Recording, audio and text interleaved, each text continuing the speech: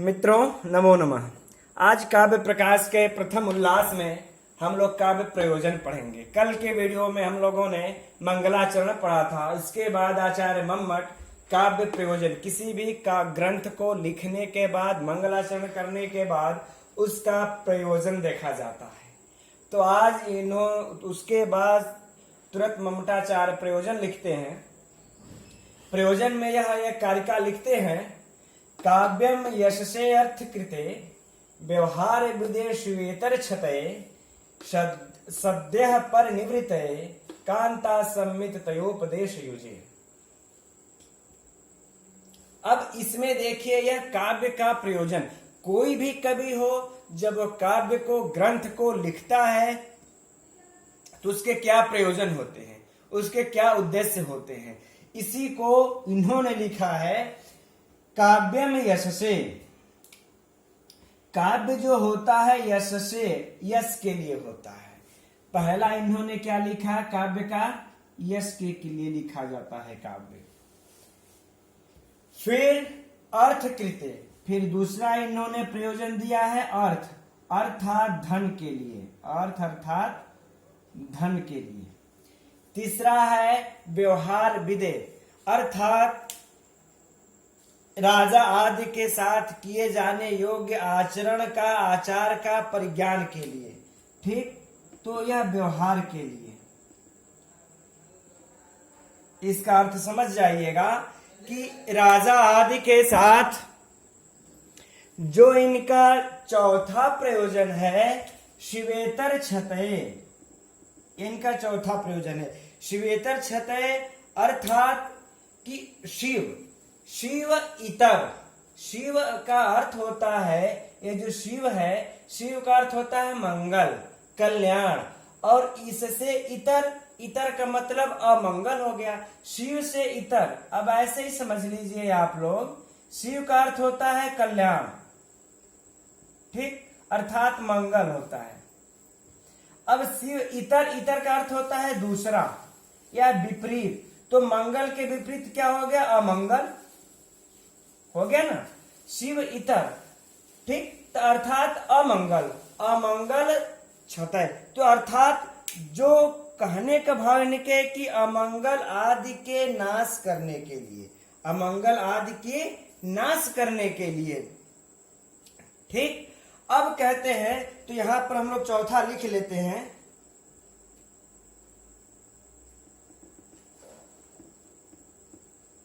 अमंगल निवारण के लिए। ठीक, अब पांचवा इनका जो है प्रयोजन, वह है सद्यः पर निवृत्ते। सद्यः का मतलब होता है तुरंत, पर निवृत्ते यानी निवृत्त हो जाना। किससे, मान लेते हैं कि जो आदमी को होता है वह संसार में जब रहता है तो घर परिवार आस पड़ोस समाज से कहीं न कहीं दुखित रहता है। वह कितना हो बड़ा दुख में हो, लेकिन जब वह काव्य पढ़ने लगता है तो वह तुरंत इन सारे दुखों से निवृत्त हो जाता है, पूरे दुखों से वह निवृत्त हो जाता है। अर्थात तो चौथा जो प्रयोजन होता है सद्यः पर निवृत्ति, यानी कि आपके परम आनंद की अनुभूति के लिए लिख देते हैं हम लोग, परम आनंद के लिए, तुरंत यह परम आनंद को प्राप्त करता है, तुरंत परम आनंद देता है। अब पांचवा हो गया कांता सम्मित तयोपदेश युजे, छठवां हो गया, यानी स्त्री के समान सरसता के साथ राम आदि का आचरण करना चाहिए, रावण आदि के समान आचरण नहीं करना चाहिए, यह कांता सम्मित हो गया। ठीक, अब हम लोग इस पर एक एक करके चर्चा करेंगे, एक एक इनके प्रयोजन पर। यह 6 प्रयोजन हैं।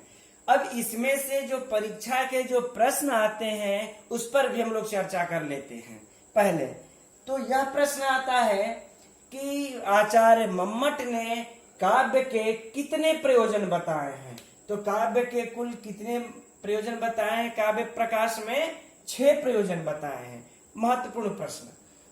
दूसरा प्रश्न इसमें से जो बनता है वह यह है कि मम्मट के अनुसार, काव्य प्रयोग, काव्य प्रकाश के अनुसार काव्य का जो मुख्य प्रयोजन है वह कौन सा है? 6 प्रयोजन है ना, इसमें से कुछ मुख्य है, कुछ गौण है। तो इसमें से मुख्य प्रयोजन कौन है? तो जो हम लोग 5वां जो प्रयोजन पढ़े हैं, सद्य पर निर्वृत्तये, अर्थात परम आनंद की अनुभूति होती है, यह सद्य पर निर्वृत्तये जो है यही उनका मुख्य प्रयोजन है। और गौण प्रयोजन क्या है? कांता सम्मित तयोपदेश युजे, यह गौण प्रयोजन है। तो यह भी याद रखिएगा आप लोग, यह मुख्य प्रयोजन है, बार बार परीक्षा में पूछता है, और यह गौण प्रयोजन है। ठीक है, अब हम लोग एक एक करके इस पर चर्चा करेंगे कि इसका यह यश कह रहा है तो यश का मतलब कैसे, इसका एक एक उदाहरण देंगे और उससे हम लोग समझेंगे। आइए समझते हैं एक एक उदाहरण के साथ। अब देखिए, जो पहला इनका है यश, आखिर में काव्य के द्वारा यश के लिए काव्य लिखा जाता है, इसका कोई उदाहरण है जगत में? है कोई संसार में इसका उदाहरण? तो इसके रूप में यश के लिए हमें मिलते हैं कालिदास। कहते हैं कालिदास काव्य लिख करके आज अपने यश को, उनके कौन नहीं जानता, सब लोग जानते हैं। अपनी यश को उन्होंने पूरे देश में फैला रखा है। ठीक, तो यश के लिए काव्य लिखा जाता है। अब यह रह गया अर्थ। अर्थ अर्थात धन, धन के लिए कहा जाता है कि काव्य लिखा जाता है। तो इसमें जो धन है, कहा जाता है कि जो रत्नावली नाटिका के श्रीहर्ष है ना, श्रीहर्ष, इन्होंने कौन सी नाटिका लिखी थी? रत्नावली आदि इन्होंने 3 नाटिकाएं लिखी थी। तो कहा जाता है कि यह राजा थे, यह इन्होंने यह रचनाएं नहीं की। एक जो है धावक नाम के कवि थे। कौन थे? धावक नाम के कवि थे। इन्होंने इस नाटिका की रचना की, और यह रचना करने के बाद इन्होंने एक समुचित पारितोषिक धन ले करके वह रचना अपने श्रीहर्ष के नाम करके अपना नाम हटा लेते हैं। तो इस प्रकार से जो काव्य की रचना लोग पहले, ऐसा हमें इतिहास में मिलता है, तो लोग धन कमाने के लिए भी करते हैं। यह हमने अगला उदाहरण देख लिया कि रत्नावली के जो धावक हैं, यह लिख करके धन लेकर के श्रीहर्ष को दे दिए। अब जो तीसरा जो है उदाहरण, ये तो सिंपल है, आ गया व्यवहार विदे। व्यवहार विदे यह क्या करता है, इससे हमको क्या फायदा होता है? कहते हैं व्यवहार विदे का अर्थ होता है कि राजा आदि के साथ किए जाने योग्य आचार का हमको परिज्ञान कराता है। इस व्यवहार विदे को भी इस तरह से समझते हैं जैसे कि काव्य नाटक आदि में जो चरित्र चित्रण किया जाता है, जो चरित्र चित्रण होता है, उससे भिन्न भिन्न स्थितियों में पात्रों के परस्पर व्यवहार शैली का परिज्ञान होता है। विशेषकर राजा आदि के साथ, जो राजा होते हैं, इनके साथ हमें किस प्रकार का आचरण करना चाहिए, किस प्रकार का आचरण नहीं करना चाहिए, यह सामान्य जन लोग कैसे जानेंगे? इस काव्य के द्वारा ही जानेंगे। इसलिए कहते काव्य का प्रयोजन यह भी है कि राजा आदि के साथ कैसे शिष्टाचार व्यवहार करना चाहिए, कैसे नहीं करना चाहिए, इसके विज्ञान के लिए, संज्ञान के लिए। जो चौथा है वह है शिवेतर छतये। इसको भी समझ लेते हैं फिर से। आखिर में इसका क्या उदाहरण मिलता है जगत में, समाज में? तो कहा जाता है कि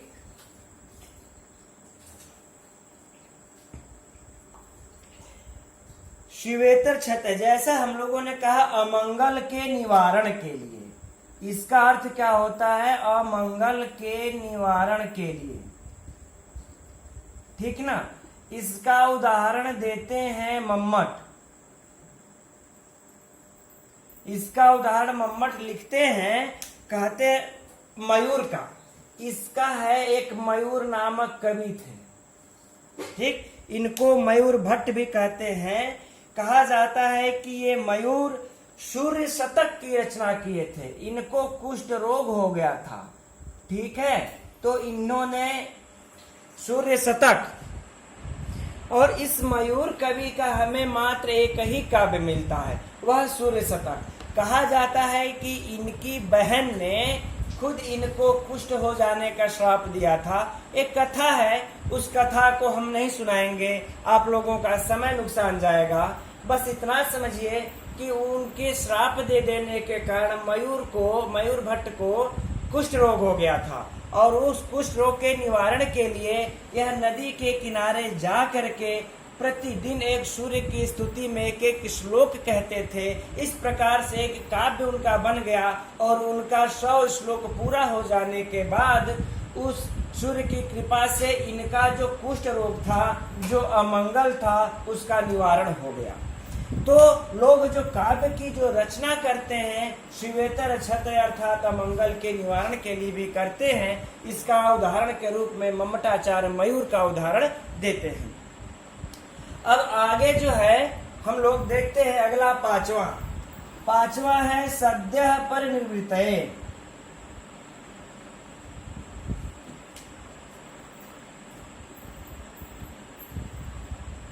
सद्य परिनिवृत्तये है, ये यहाँ पर लिखने की क्या आवश्यकता है।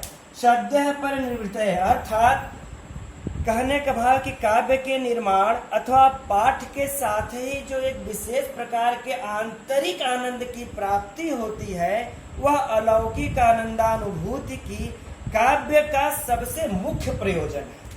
यही सबसे मुख्य प्रयोजन है, इसका तो बहुत ज्यादा है नहीं। मैंने पहले भी कह दिया है कि इस आनंदानुभूति में की बेला में पाठक संसार का और सब कुछ भूलकर उसी काव्य में तल्लीन हो जाता है।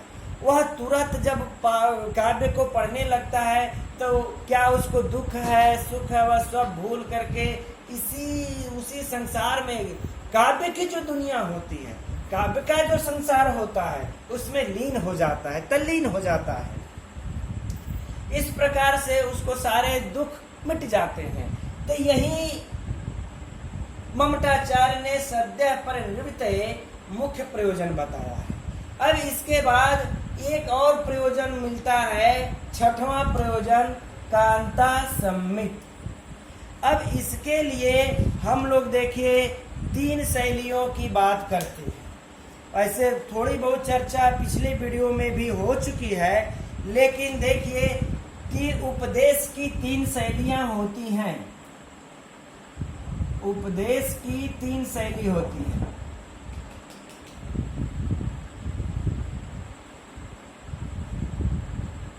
पहला होती है आपकी, लिख लेते हैं हम, प्रभु सम्मित।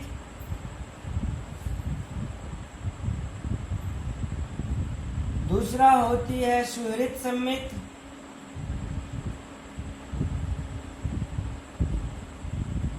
और तीसरा होती है कांता सम्मित।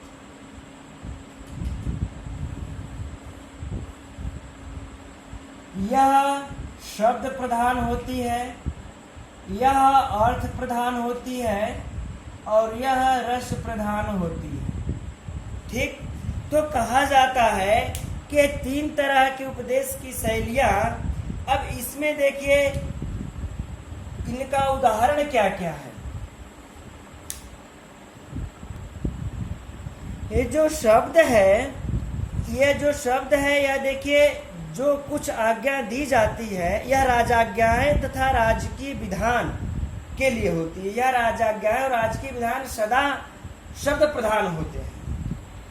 उनमें जो कुछ आज्ञा दी जाती है उनका अक्षरशः पालन अनिवार्य होता है। इसी प्रकार वेद शास्त्रियों में भी जो उपदेश दिए गए हैं उनका अक्षरशः पालन होता है। अब इसका उदाहरण देखिए 2 हमें मिलता है। एक तो मिलते हैं राजाज्ञा, अब समझिएगा, और दूसरा हमें मिलता है वेद। बल्कि हम बराबर कर लेते हैं, वेद, स्मृति, ठीक, अब समझिएगा ऐसे प्रभु सम्मित कैसी शैली होती है। इसके कहने का मतलब शासन, जैसे राजाज्ञा के जब राजा कोई आज्ञा दे देता है तो उसकी आज्ञा का पालन करना अक्षरशः अनिवार्य होता है। वह शब्द प्रधान राजाज्ञा होती है, उसमें कोई भी प्रजा ना नहीं कर सकती। और वैसे ही वेद स्मृति होती है, वेद और स्मृतियां होते हैं। वेद में जो कह दिया अक्षरशः उसका आपको पालन करना ही करना है। स्मृतियां जो कह दी पालन करना ही करना है। कैसे, जैसे राजा का आज्ञा होता है, ठीक वैसे इन ग्रंथों का पालन करना होता है। इसलिए यह शब्द प्रधान होती हैं। अब सुहृद सम्मित क्या होती है? यह इतिहास पुराण आदि की होती है। इनमें वेद शास्त्र आदि के समान आपको शब्दों की प्रधानता ना हो करके इसमें अर्थ की प्रधानता होती है। और यह जो है कि मित्रवत, इसका जो पालन अक्षरशः करना आवश्यक नहीं होता है। इसमें अपने कहने का मतलब मित्र का आदेश मित्रवत होती है। जैसे मित्र अपने मित्र को उचित कार्य का अनुष्ठान करने तथा अनुचित काम का परित्याग करने का उपदेश देता है, उसे सुहृद सम्मित कहते हैं। और यही काम हमारे क्या कहते हैं? इतिहास इसी के अंतर्गत आएंगे और पुराण भी इसी के अंतर्गत आ जाएंगे। जैसे हमारे इतिहास होता है, हम यह कहते हैं इतिहास में देखो उसने बुरा किया, बुरा हुआ, सही किया, सही हुआ, तो यह एक मित्रवत हो गया। इसकी तरह शासन नहीं करता यह शैली। सुहृद सम्मित शैली जो उपदेश की शैली होती है, इतिहास और यह पुराण क्या है? जब भी हम पुराणों का उपदेश देंगे तो आपको यही हम कहेंगे ऐसा करना चाहिए और ऐसा नहीं करना चाहिए। यह कोई शासन नहीं है, आप माने या न माने। ठीक, तो इसकी शैली अर्थ होती है, अर्थवत होती है। अब तीसरा बचता है कांता सम्मित। इसके अंतर्गत जो होता है, इसमें रस की प्रधानता होती है। और आचार्य मम्मट ने काव्य को कांता सम्मित उपदेश शैली के अंतर्गत ही रखा है। अब इसका हम लोग ऐसे समझते हैं, स्त्री जब किसी काम में पुरुष को प्रवृत्त करती है या किसी कार्य से उसको निवृत्त करती है, आप ऐसे ही अपने जीवन में उतार करके देखिए, तब वह अपने सारे सामर्थ्य से उसको सरस बनाकर ही उस प्रकार की प्रेरणा करती है। ऐसा वह प्रेरणा करती है, इतना पुरुष को मोड़ करके सरस बना करके झुका, यानी प्रेम में इतना वह उसको प्रेरित कर देती है कि वह उसकी बात को मानता है। इसलिए कांता सम्मित शैली में शब्द तथा अर्थ दोनों का गुणी भाव होकर के केवल रस की प्रधानता होती है, केवल रस की प्रधानता हो जाती है। इसलिए इसको रस प्रधान शैली कहा जाता है। और ममटाचार्य ने इसी रस प्रधान शैली कांता सम्मित में काव्य को रखा है। ठीक, अब देखिए, जैसे काव्यों के पढ़ने से भी आपको राम आदि के समान आचरण करना चाहिए, जो राम आदि है उनके समान आचरण करना चाहिए, और जो रावण आदि हैं उनके समान आचरण मनुष्य को नहीं करना चाहिए। यह शैली आपको स्वतः सरस बना करके प्रवृत्त करती है। आप अपने स्वेच्छा से उसको प्रवृत्त होकर के रस में आकर के उस कार्य को करते हैं। ना ही यह शब्दवत है, ना ही अर्थ परक है। यह इन दोनों से भिन्न रस परक होती है। ठीक, तो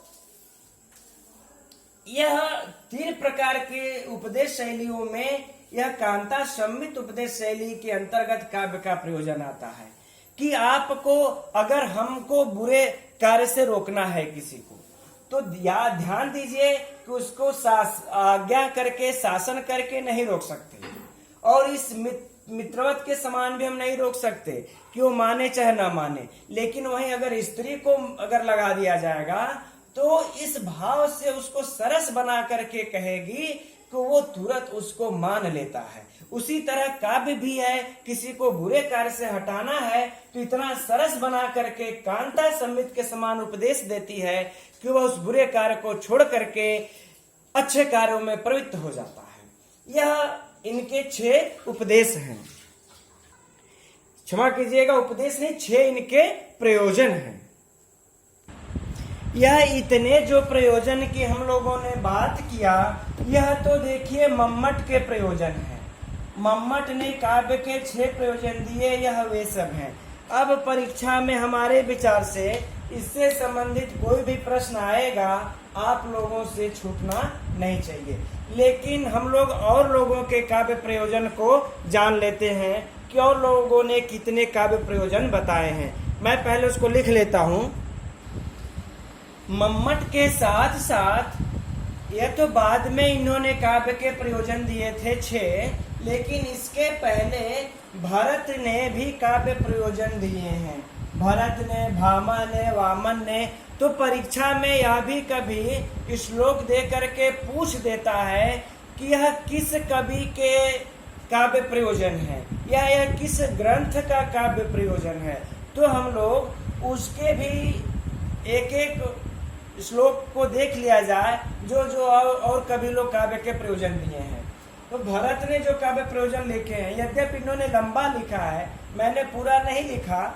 इन्होंने 3 श्लोक में यह देते हैं, उत्तमाधम मध्यानाम नराणाम कर्म संश्रयम हितोपदेश जननम धृत क्रीड़ा सुखादिकृत। अर्थात यह कहते हैं कि उत्तम, अधम, मध्यम मनुष्यों के, नराणाम मनुष्यों के कर्म संश्रयम आश्रय देने के लिए, उत्तम, अधम, मध्यम मनुष्यों के कर्म आश्रय देने के लिए अर्थात निरूपित करने के लिए, हितोपदेश जननम हितकारी उपदेश देने के लिए, धृति क्रीड़ा सुखादिकृत सुख प्रदान करने वाली यह धृति क्रीड़ा, यह बुद्धि की क्रीड़ा, धृति बुद्धि की यह क्रीड़ा रचना होगी, यह रचना होगी। यह ऐसा, फिर इसके बाद आगे 2 श्लोक में और देते हैं कि बुद्ध्याखार्ता नाम, श्रमार्ता नाम, शोकार्ता नाम, तपस्वी नाम, विश्राम जननम लोके नाट्यमेतद भविष्यति। तो यद्यपि इनका लंबा होने के कारण परीक्षा में वो सब पंक्तियां नहीं देती हैं, लेकिन यह उत्तमाधम मध्यानाम नराणाम कर्म संश्रयम, यह पंक्ति पूछ देता है कि यह किस कवि ने काव्य के प्रयोजन दिए हैं या किस ग्रंथ का है। तो यह दोनों पंक्तियों को हम लोग याद कर लेंगे। अब हम लोग इसके बाद आगे बढ़ते हैं और देखते हैं भामा ने क्या दिया है। अब भामा ने काव्य प्रयोजन क्या दिया है। भामा के काव्य प्रयोजन, मित्रों, यह सभी लोगों के काव्य प्रयोजन हम लोगों को याद करने पड़ेंगे, परीक्षा में अक्सर करके पूछता है। अब आगे जो है यह है भामा के काव्य प्रयोजन। इनका मित्रों यह बहुत ही महत्वपूर्ण काव्य प्रयोजन है। यह कई बार परीक्षाओं में पूछता है, पूछ भी चुका है पंक्तियों को देकर कि यह किसका काव्य प्रयोजन है। तो भामा का है। भामा ने जो काव्यालंकार लिखा था उसी में का है। तो यह कहते हैं, आइए इस पर एक बार चर्चा कर लेते हैं। धर्मार्थ काम मोक्षेषु वैचक्षण्यम कलासु च करोति कीर्ति कीर्तिम च साधु काव्य निबंधनम। अर्थात कहते हैं कि उत्तम काव्य की जो रचना करते हैं, धर्म अर्थ काम मोक्षेषु, धर्म अर्थ काम मोक्ष रूप जो चारों पुरुषार्थ, यह चारों पुरुषार्थों तथा कलासु च वैचक्षण्यम कलासु च, समस्त कलाओं में निपुणता, समस्त कलाओं में निपुणता, और करोति कीर्ति प्रीतिम च, और कीर्ति एवं प्रीति, कीर्ति एवं प्रीति, कीर्ति अर्थात यश, जिसको मम्मट ने यश बोला, इन्होंने कीर्ति बोला। कीर्ति और प्रीति अर्थात प्रेम, आनंद को उत्पन्न करने के लिए साधु काव्य निबंधनम, काव्य की रचना करते हैं। ठीक, तो साधु काव्य की रचना निबंधनम क्यों करते हैं? धर्म अर्थ काम मोक्ष चारों पुरुषार्थ को पाने के लिए, वैचक्षण्यम कलासु च, समस्त कलाओं में निपुणता प्राप्त करने के लिए, कीर्ति करोति और कीर्ति को करने के लिए, पाने के लिए, और प्रीति च, प्रीति मतलब प्रीति अर्थात आनंद को उत्पन्न करने के लिए, यह इन्होंने भामह ने बताया यह काव्य के प्रयोजन। इसमें से कैसे भी प्रश्न को उठा सकता है, यह तो यह पूछा है कीर्ति प्रीति, या फिर यह चारों और धर्म अर्थ काम मोक्षेषु है, बस इतना ही पंक्ति देकर पूछता है किसके काव्य प्रयोजन है, या किस कवि के अनुसार किसके काव्य प्रयोजन ने कीर्ति प्रीति को माना है। तो इस प्रकार से याद रखिएगा इसको। अब हम लोग आगे देखते हैं वामन के काव्य प्रयोजन। यह वामन का काव्य प्रयोजन है। यह कहते हैं काव्य के प्रयोजन में लिखते हैं काव्यम सद दृष्टा दृष्टार्थम प्रीति कीर्ति हेतुत्वा। अर्थात देखिए मम्मट ने कितने काव्य प्रयोजन दिए थे? 6। और यह जो वामन है इनके जगह पर महज 2 काव्य प्रयोजन दे रहे हैं। मम्मट सिर्फ 2 काव्य प्रयोजन दे रहे हैं। एक तो कहते हैं प्रीति, एक कहते हैं कीर्ति। प्रीति को इन्होंने पहला जो इनका प्रीति काव्य प्रयोजन है इसको कहते हैं दृष्टार्थ। ये क्या है? दृष्टार्थ। यह दृष्ट प्रयोजन है। यह कैसा प्रयोजन है? दृष्ट प्रयोजन है, लिख लेते हैं। यह दृष्ट प्रयोजन है, प्रीति दृष्ट है। और अदृष्टार्थम, और अदृष्ट कौन है? जो इनका दूसरा है, जो नहीं दिखाई देता कीर्ति, यह इनका अदृष्ट प्रयोजन है। यह इनका अदृष्ट प्रयोजन है। तो यह लाइन भी याद रखिएगा मित्रों कि यह वामन ने 2 काव्य प्रयोजन बताए हैं। काव्य लिखने के प्रयोजन, एक प्रीति, दूसरा कीर्ति। प्रीति दृष्ट प्रयोजन है और कीर्ति अदृष्ट प्रयोजन है। ठीक। और मम्मट ने 6 बताए थे। इस पंक्ति को याद रखना है। अब आगे हम लोग आगे देखते हैं और लोगों का काव्य प्रयोजन। यह कुंतक ने काव्य प्रयोजन दिया है। यद्यपि उन लोगों की अपेक्षा इन्होंने काफी विस्तार से लिखा हुआ है। 3 श्लोकों में मैंने जो महत्वपूर्ण 2 श्लोक थे उसको लिख दिया है, तीसरे को नहीं लिखा है बीच का।